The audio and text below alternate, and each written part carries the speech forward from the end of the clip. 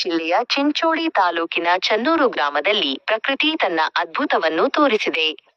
ಇದ್ದಕ್ಕಿದ್ದಂತೆ ಸುರಿದ ಆಲಿಕಲ್ಲು ಮಳೆಯಿಂದ ಗ್ರಾಮವೇ ಕಾಶ್ಮೀರದಂತೆ ಬಿಳಿಯಾಗಿ ಮಿಂಚಿದೆ.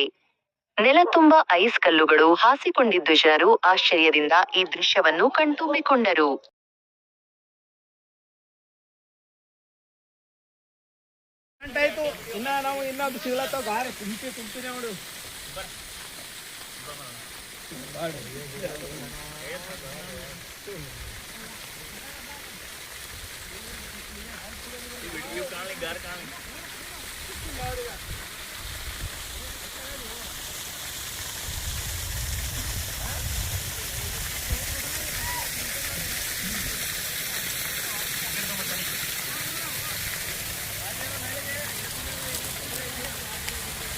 Back.